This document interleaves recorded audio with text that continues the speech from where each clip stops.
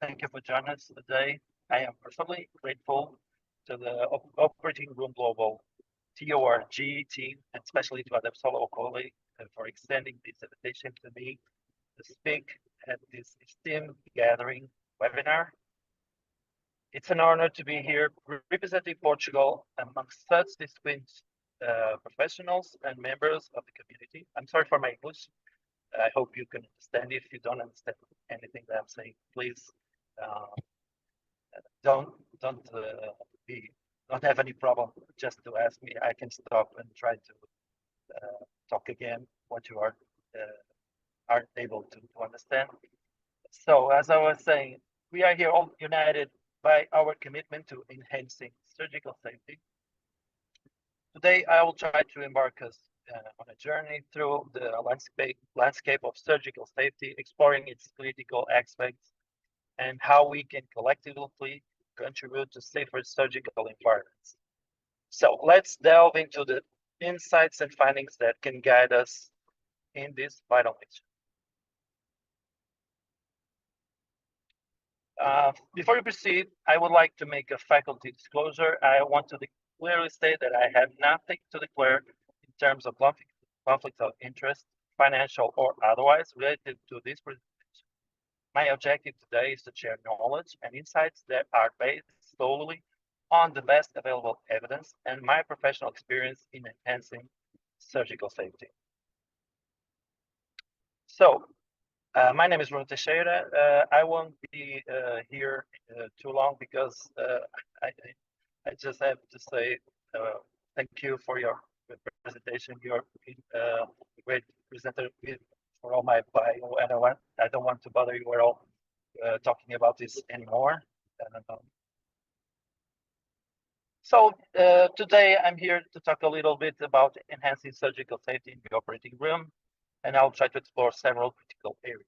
First, we'll delve into the WHO surgical safety checklist, examining its impact on surgical practice worldwide. Next, we will address surgical challenges, identifying common obstacles and strategies to overcome them. Our discussion will then pivot to my research, where I'll share insights from my work, emphasizing its implications for surgical safety. Finally, we'll focus on patient safety outcome focus, highlighting the importance of outcome-based approaches in enhancing patient care. Our goal and my goal for us for this discussion is to foster a comprehensive understanding of these areas, driving forward the conversation on surgical safety. So one of my goals is to create a little bit of discussion in here.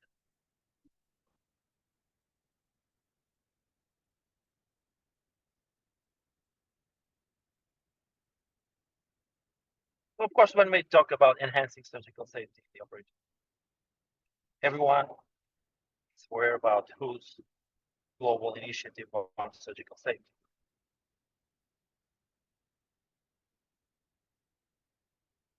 And the objectives of the global initiative on surgical safety are to implement a reduction of surgical morbidity and mortality, to implement also the WHO surgical safety checklist, enhancing surgical workforce training, and also improving surgical infrastructure and equipment.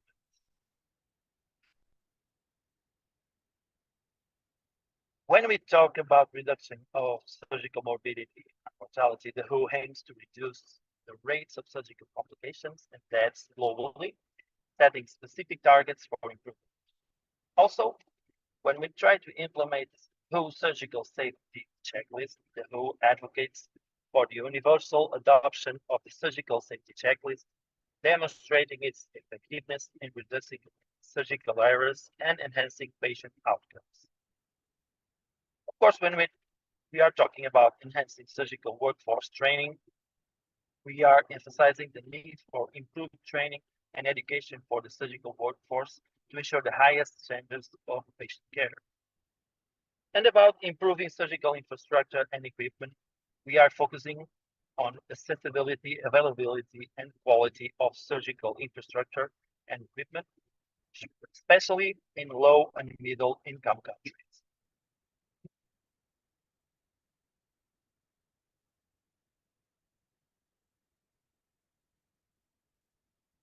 And now a little bit about the surgical safety checklist and its impact. I brought to this slide for this presentation the latest meta-analysis. It's a systematic review with meta-analysis about the impact of the surgical safety checklist. And when we are talking about this study, we will see the findings of this meta-analysis included 20 systematic reviews for quality thematic analysis. And from these reviews, 24 unique observational cohort studies were identified, reporting pre-post data on 18 clinical outcomes. The findings show that the implementation of the WHO surgical checklist is associated with improvements in several clinical outcomes, including reductions or mortality, in morbidity, surgical site infections, pneumonia, unplanned returns to the urinary tract infections, blood loss requiring transfusion, unplanned intubation, and sepsis. The deep vein thrombosis was the only post-operative outcome assessed that did not show improvement with the use of the WHO surgical safety checklist. This analysis highlights the WHO surgical checklist, safety checklist, effectiveness in enhancing various clinical outcomes, underlying its role in improving patient safety and surgical care quality. Additionally, the review indicates that the WHO surgical safety checklist positively affects process measure, team dynamics, and communication, as well as safety culture in the OR. However, the review also notes variability in the impact and outcome, suggesting that the success of the WHO surgical safety checklist is influenced by multiple factors, including the specific content of the checklist, how it's implemented, its integration into existing workflows, and the training and engagement of staff using it.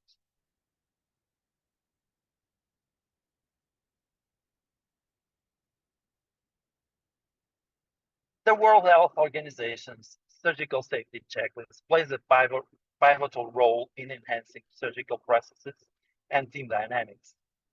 By ensuring that every team member is aware and adheres to each step of the checklist, the SSC fosters a culture of communication and coordination, significantly reducing the likelihood of errors. It prompts team members to confirm critical details collectively, enhancing the shared understanding and the accountability that are vital for patient safety. This standardization is not just about following procedures, it's about instilling a safety-first mindset across the team, leading to a stronger, more cohesive approach to patient care in the operating room. The result is a more informed, alert, and communicative team environment, which is crucial for maintaining high safety standards and improving patient outcomes.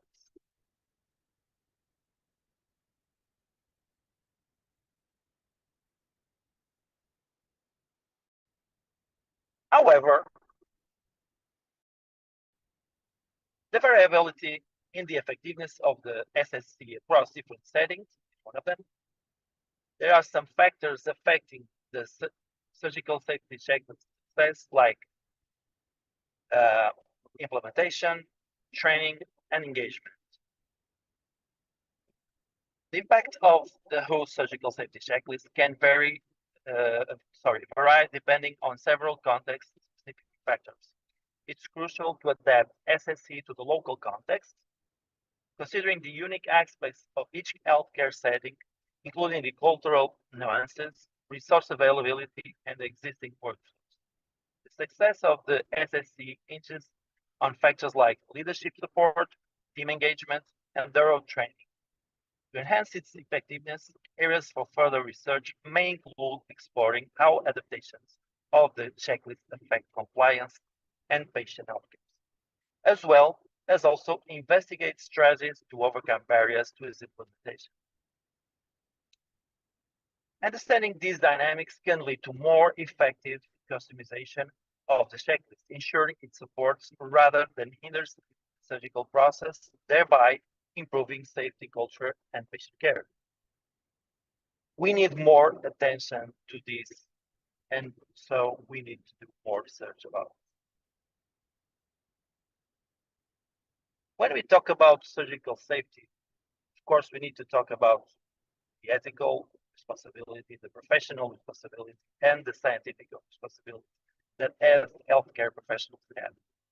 So, about ethical responsibility, it upholds the highest ethical standards in surgical care, ensuring patient safety and informed consent are paramount. When we talk about the professional responsibility, we are talking about adhering to strictly to the professional guidelines and standards to maintain and enhance the quality of surgical care. And about the scientific responsibility, we are also talking about implementing evidence-based practice and continuously updating protocols based on the latest scientific research to improve patient outcomes. Of course, the role of the stakeholders from up to down healthcare systems like WHO, GCI, and for instance, AORN, safety policies are very important. So collectively, there is a responsibility in surgical safety since the top to ourselves in practice.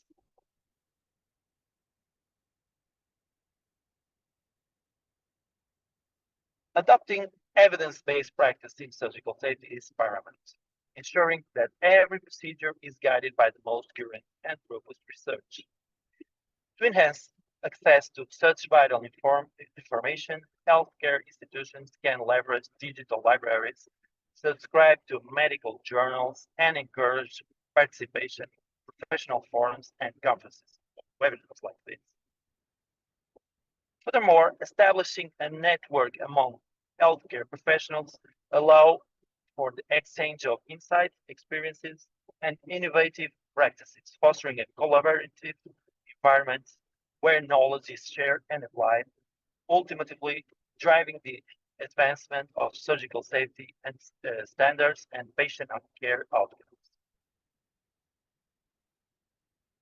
Here we are after the COVID-19 pandemic, and we are doing just what I've said. We are utilizing the internet, we are utilizing platforms, and we are sharing knowledge. And this is very important for us to level up and be more aware about every evidence-based practice that we can share together.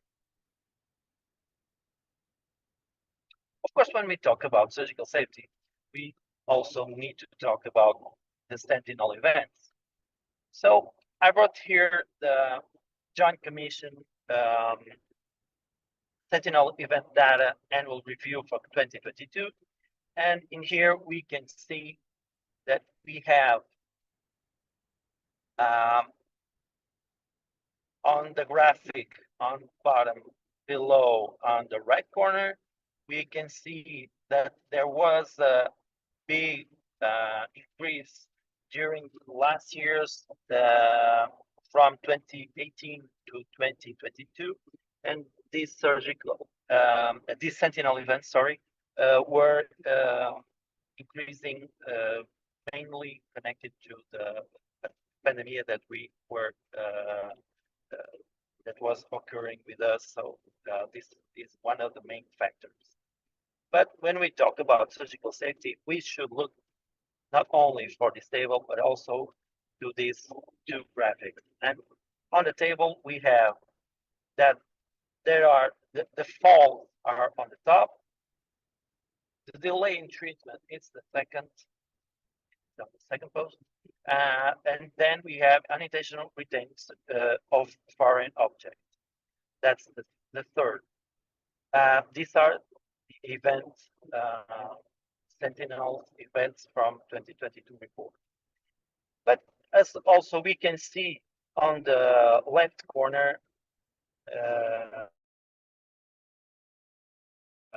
we wrong surgery sites and also the graphic between 2018 and 2022 for unintentionally retained surgical items, and we can see they are decreasing. So we can see when we look at these graphics that besides we are being passing through a pandemic, through COVID-19 pandemic, we were improving our surgical safety, and it's good.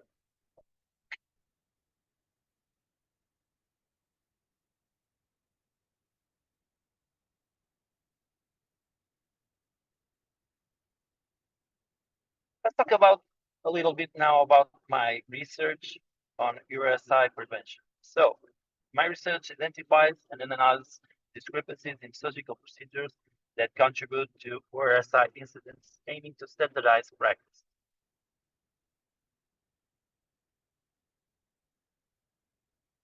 One of the things that I'm doing is data analysis now through meticulous data collection and analysis, and try to uncover patterns and risk factors associated with retained surgical items, informing preventive strategies.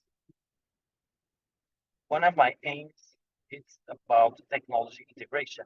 I explore the integration of advanced technologies and tracking systems in surgical settings to reduce URSI occurrences, enhancing overall surgical safety.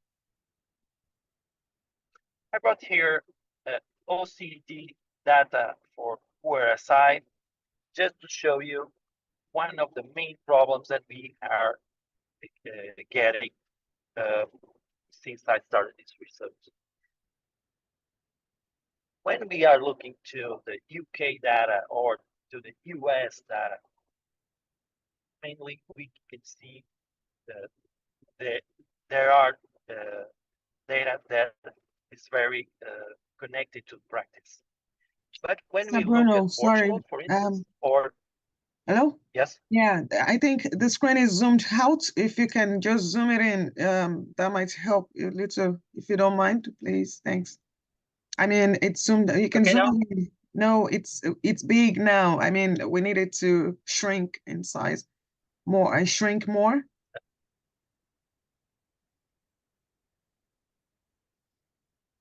This way? More, yes, It's okay yeah. now? No, a little bit more. No. I think it's still zoomed out, but we can keep going anyway. Thank you so much. Yeah, much better now. Oh, sorry. Yeah, no problem. No, Thanks. but it's okay now. Let's see how it is now. It's better now. We can keep going. Okay. No, I think it's Okay. zoomed out again. Yeah. Okay. I'll try to set that. And now it's okay. Yes, it's better now. Okay. Thanks. So I was saying that there are some countries that report estimates like us. Here in Portugal, we don't have the correct data for reporting because what's the issue here? We are underreporting. So we know that underreporting is an issue for every country, but here it's we have the second victim problem, and we have to talk about this, try to change positively our practice and try to start doing more reports. So as we see here, we see that these are not the correct data. These are just estimates for 2015 until 2022.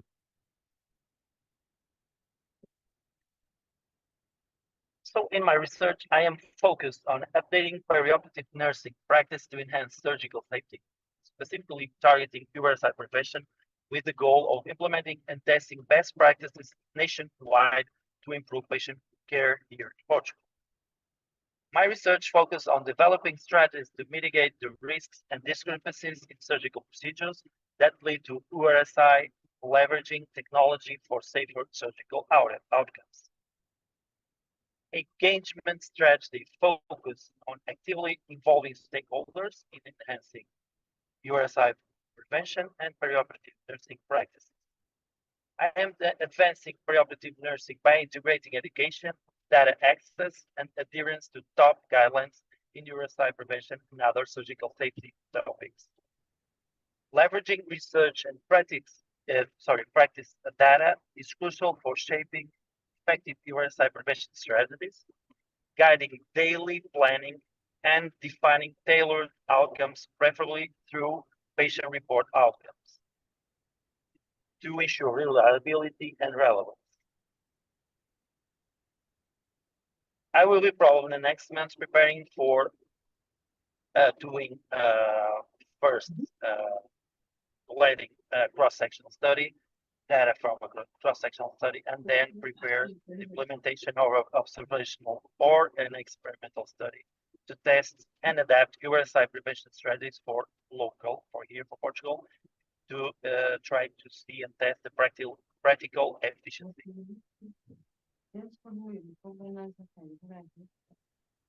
When we are talking about local needs and global standards, it's very important to talk about training and updating local is crucial for integrating the latest surgical safety standards and protocols, ensuring that staff well-informed procedures remain effective. Leadership governance, of course, plays a pivotal role in establishing a culture of safety, endorsing continuous education, and reinforcing the importance of adhering to updated practices. Moreover, networking and collaboration are vital to research and practice improvement, enabling the sharing of insights, discoveries, and best practice across institutions and specialties, which can lead to innovative solutions and advancements in surgical safety. We are all together here. This is a very important moment of shared knowledge. This is one of the ways we can do this, to collaborate and do this networking. And what about key opportunities? The synergistic effect of combining safety-focused opportunities like political advocacy, patients' awareness, and professional responsibility to enhance surgical practice. By integrating policies that reinforce safety protocols, healthcare systems can ensure consistent and effective practice across the board. Informed patients who are more engaged and advocate for their care contribute to a culture of safety and accountability also. Healthcare professionals are encouraged to embrace these developments, leveraging them to drive improvements in surgical safety, thus maintaining it as the central pillar of patient care. This approach not only fosters a proactive environment for safety enhancements, but also ensures that the collective efforts of policymakers, patients, and practitioners lead to substantial and lasting improvements in surgical outcomes. And so we should discuss the critical need for ongoing research to validate and update all aspects of safe surgical protocols.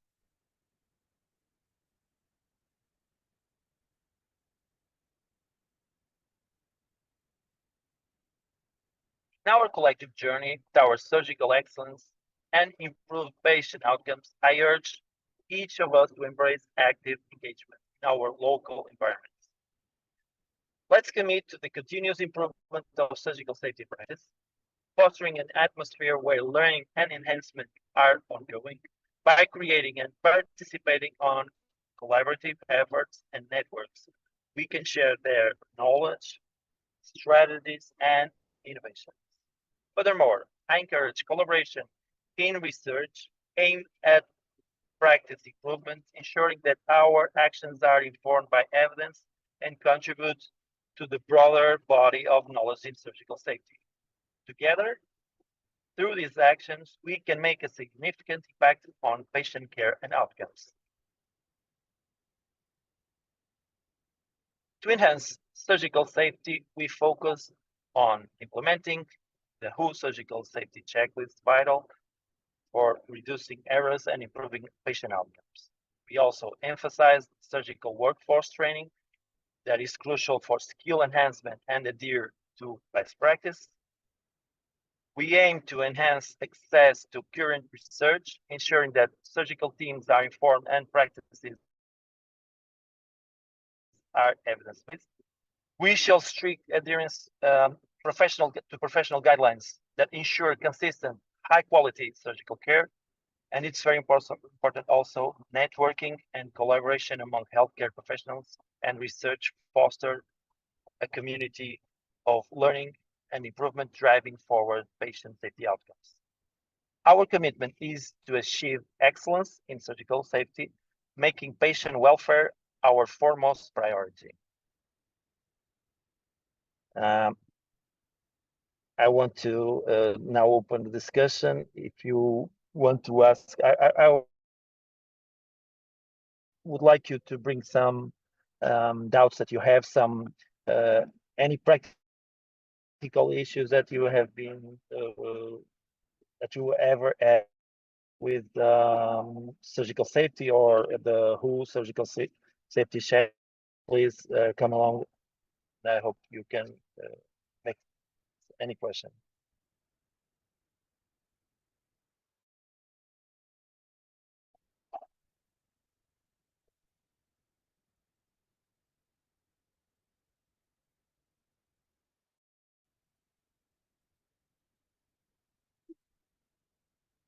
I think Stella has some question to do. Is raising her hand. Stella. Yeah, hi. Bruno, thank you so much for your presentation. I'm just curious, what are the monitoring systems that are in place for all the countries that are represented here on our webinar, as far as all of our other TORG members? Is there a centralized repository, kind of like how the United States has Joint Commission that kind of, keeps an eye on these numbers? Is there something similar in Europe, in Africa, in all of your respective countries?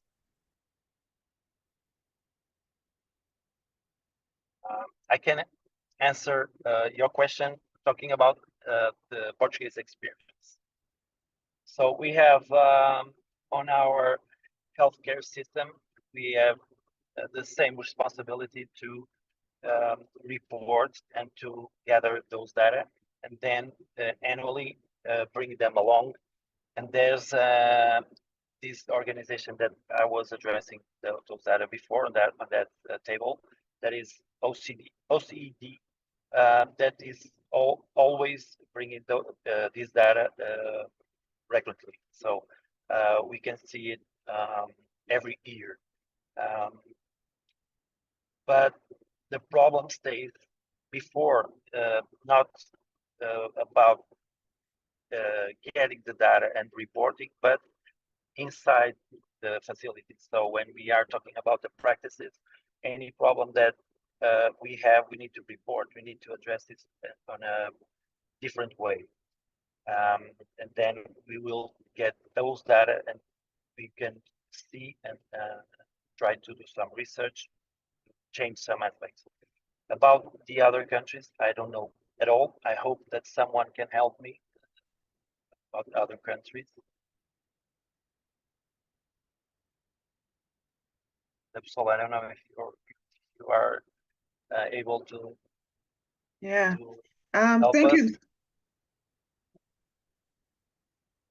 Thank you so much, Mr. Bruno. That was a nice and highly insightful presentation. Thank you so much for sharing relevant knowledge. I don't know if I got the question, that was raised. Can someone just repeat that? In terms of other countries, I don't know if, so I don't miss anything. I think I missed one point. I was just curious.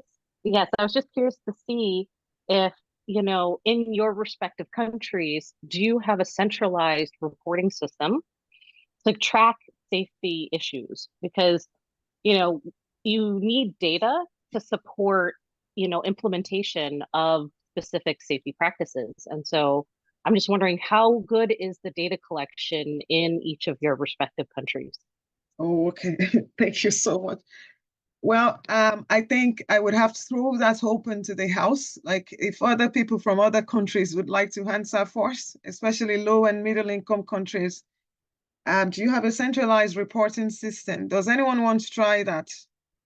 Let's see, so that we can have a range of opinions from, because I can speak for Ireland anyway. Well, I wouldn't say we have a centralized, we just have an incident reporting protocol in each hospital, and that would be passed on to the risk management team within 48 hours.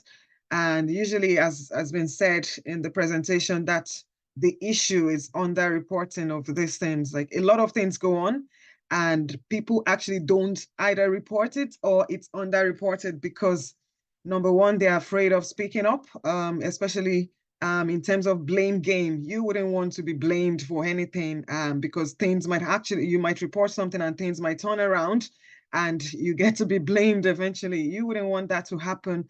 And there's underreporting as well because, well, I would say management issues because people need to be supported. If you want to report something, even if there is a centralized reporting system, you want to make sure that your management is backing you up. You understand what I mean? Especially either you're a perioperative nurse or I know medical professionals would always be supportive regardless, but on the nursing side, a lot of things might actually still need to be reviewed so that things might be more appropriate. I think I might ask other countries, does anyone want to respond to that and see if there is a centralized reporting system in their respective countries? Someone from Ghana. Good evening. Can you hear me? Yes, we can. Okay. Hi, my name's Rueda Khan. I'm from Pietermaritzburg, KwaZulu-Natal in South Africa. And at Mediclinic South Africa, we have a system whereby us as managers, together with clinical risks, do regular audits on our teams for on the surgical safety checklist. And that data is loaded onto our system and it's viewed by Mediclinic Corporation. We've had, because of these regular audits on our team, the team is so active that we've had a couple never events which were reported and has been dealt with the corporation. So we do have a system of reporting and we have an enormous support from the company. Thank you. That's really good, honestly. That's a good one, I think. Yes. Yeah. Thank you so much for that, for sharing South African perspective with us. Thank you so much. I think, is there someone from Rwanda? Let's see. Do you have a centralized reporting system for never events, safety issues? Let me see if there is anyone. Wilson, is there Wilson in the house?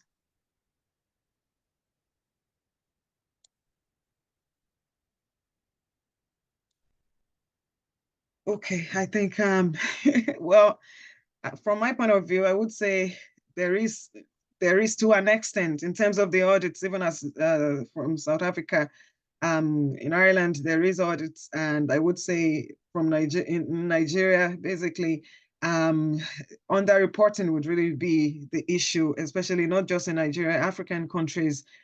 People want to be supported by their management. People want to be people really want to speak up, but a lot of things might need to be looked at in terms of policies. And as we mentioned, evidence-based practices need to be implemented as well, and some audits need to be introduced so that everything can be captured and nothing is missing. And even when things are being audited, they should be followed up.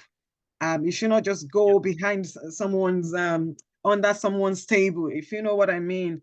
I mean, it should be followed up, and things, structures, quality improvement plans, QIPs should be put in place to make sure things don't happen again. And it should be really emphasized that this is not a blame game. We all want to learn from this and just make sure that it doesn't happen again. So thank you so much, Mr. Bruno. Thank you. If anyone else has any question or contribution, yeah, thanks. I would like to say just addressing the Stella question. I think it's a very interesting question. Yeah. And when we are talking about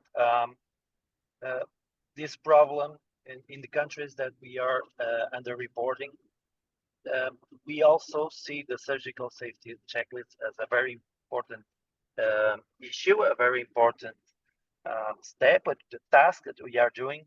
But we also see that we need to audit our practices and policies, because we need to check if them are really connected to the best evidence-based practice. And we should do this together. We should do this by a positive experience, not try to see that facility is doing the incorrect way, because sometimes people don't know what's the best practice. We don't have in each country and each hospital and each facility the best guidelines. We need to get those guidelines to those professionals. We need to address these guidelines to those colleagues. And before we be here sometimes so much connected to see what's the best practice through the research about the surgical safety checklist experience, we should also not just be there connected to that checklist, but also audit what's the practice that we have. Are we practicing the best? The best evidence is there. And if we do this, probably we will involve everyone. Everyone will feel more connected and more involved through getting the best outcomes. And then the surgical safety checklist will be there doing what is meant to be. Anyone wants to ask any question? Hey, Bruno. It's Gert. Oh, hi, Gert. That's it. Hi. So great presentation. And along the lines of Stella's question, just kind of a comment and a thought, you bringing up the need to identify these events in the various countries. And we keep talking about the surgical safety checklist. If we think back to where that started, the World Health Organization with Atul Gawande, my thought is all of a sudden, shouldn't there be a global repository for all of this so that everybody can compile this data and really track the events? And again, like everybody said, not placing blame, but looking at the processes and figuring out what's going to work best with each area. Just something that popped into my mind. So great discussions. Thank you, Bert, for your question, for your comment. I totally agree. We are when we talk about these issues related to surgical safety checklist, we are of course talking about the global problem, and we know that in the countries that these practices are the best, there are also the best reports, the best data to do research and to understand the problems. But we are talking about the best practice in the best countries with the best incomes, but still the problems are the same for the less income countries. When we talk about the barriers are the same. So we can utilize those data to try to help and try to change some practice. But of course, I totally agree that we need to do this discussion about creating collectively data to understand the problem in a broader way.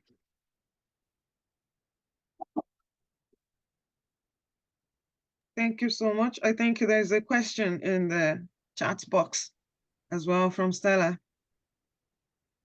So as you go about utilizing the most up-to-date guidelines and processes, where do you all go to find the most updated resources? And I think it's about making the resources and guidelines available for all countries now. So how do we go about that? Mr. Bruno, can you advise us and recommend, or if there is one we could adapt? I know AORN has a great reserve of all these guidelines constantly being reviewed. We want to make them accessible to low and middle income countries. So how do we actually go about that? Can you help? Yes. I don't know if I can help. I'll try to explain my perspective. So yes, when we talk about the best practices and the best guidelines, of course, we are talking on surgical safety and about perioperative nursing. We need to talk about ARN, of course, because there are a lot of research doing. There is a lot of on-processing research about surgical safety, about every issue that we do on our perioperative practice. But until today, there's none evidence better than the systematic reviews that ARN provides to all of us each year. So continuously through 75 years of ARN, we have from 1976, the first, for instance, the first guideline for this practice, the unretained surgical items prevention. They started to do systematic reviews from them. And they are always improving and getting better data and screening every research, every clinical trial, every event report, every study, every observational study. So they are screening everything and they provide us with the recommendation, the conditional recommendations. We can see what's the best practice that we could do in our settings. So connecting ARN to everyone. As a global member from the Global International Relations Committee, that's one of the things that I'm talking always in our meetings. This is one of the things that everyone and ARN has in this mission, and we should do and try to connect to any ARN member or try to get some help from anyone that can provide us those guidelines. This is one of our objectives. ARN has the objective to provide the best evidence-based practice and the best guidelines to everyone. But of course, we need to address some problems from countries that are having issues to get those data, those guidelines. Thank you so much. Yeah, I think we need to look more into that to make that available for everyone. And I could see another question in the chat box that says, what system is used to ensure that your surgeons are compliant? I know compliance is another major issue. Even when you want to start the surgical safety checklist, no one is paying attention and you actually want them to be compliant. So what would you recommend in relation to that? Thank you. Yeah. So I think it's a problem for everyone. I think it's a global problem. Not when we talk about this, we all are always talking about this compliance, the surgeons' compliance. I think the perioperative nurses in each OR are the main leaders. So circulating nurse and also the scrub nurse, sometimes the surtech, they are the leaders of everything that is happening inside that surgery or that procedure. And of course, we have some difficulties. We need to improve. We need to do it better. But if we see those barriers sometimes come from the lack of attention, from too much noise, too much distraction, and we are the masters. We are doing everything to get the best practice and the best safety in the OR. I think that's one of the goals of one of the objectives of the perioperative nursing. So we are playing a very important role on this thing. We need to try to bring them along and try to help them to be more concentrated.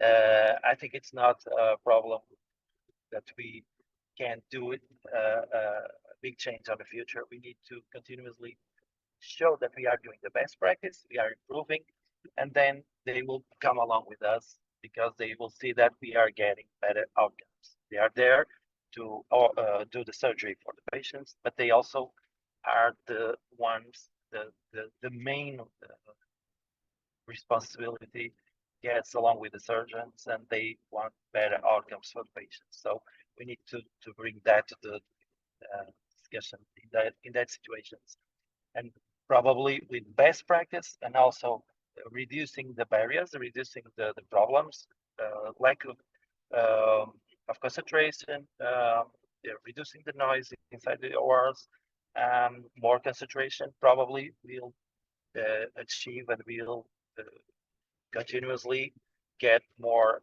compliance from surgeons and better outcomes for every surgery and for our patients.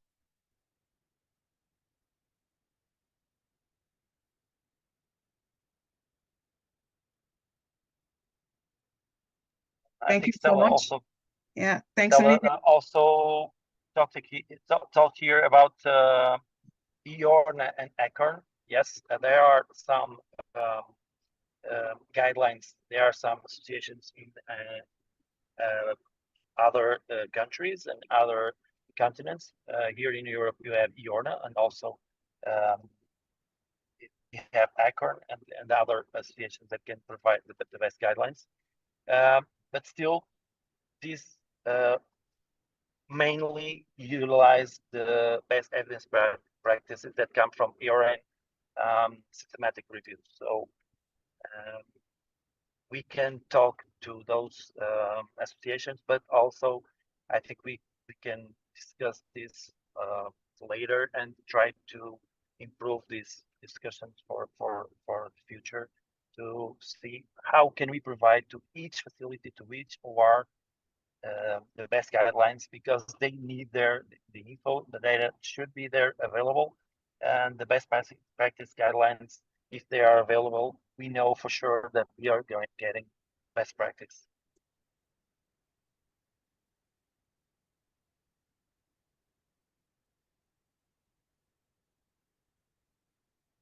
That's all. I don't know if I interrupted, sorry. No. Thank you so much. That was a brilliant presentation, and thanks to everyone for connecting. Is there any other question, one last question, or we can close for the evening? Any other question or contribution, or if you have something to say or a recommendation in relation to everything that has been said? Someone from Portugal, would you like to say something? We had loads of people from Portugal connect to the meeting, so yeah. I really want to say thank you to everyone for connecting. Thank you to our speaker for honoring our invitation. Thank you for sharing relevant knowledge. I know it's a crucial topic in the operating room environment that we can't actually overemphasize. Thank you so much for that, for sharing your knowledge with us and for sharing your research as well. In terms of the guidelines, I think we need to look that up and continue from where we stopped to make sure that we have all these guidelines available for especially low and middle income countries, so that practices can be improved and everything could be evidence-based. So thank you. And I really want to say thank you to Education and Training Committee of TORG for facilitating such a brilliant session, an informative session. Thank you to all the team, and thank you to everyone who connected. I must say, good morning, good afternoon, good evening, depending on your time zones, and good night, because some people are actually almost at midnight. Thank you everyone for connecting. The next session would be in another 2 weeks on St. Patrick's Day, which is going to be on aesthetic medicine. So that would be on March 17th. We're looking forward to have everyone connected again. So thank you for joining us tonight. If you've got any questions or if you would like to reach out to the speaker, you could leave a message, you could send a message to the team, you could reach out to TORG on the website or via our social media handle pages, or you could send any recommendation that you have. And thank you so much, everyone. Good morning, good evening, good night, good afternoon, depending on your time zones. Thank you for connecting. I want to thank you also, Adam Sola, for the invitation, and it was a great pleasure for me to be here with all of you. It's always a great pleasure, and be able to present and represent Portugal. It's very important for us to get along and connect to everyone. So thank you so much. Thank you so much. Bye. Bye to everyone. Bye.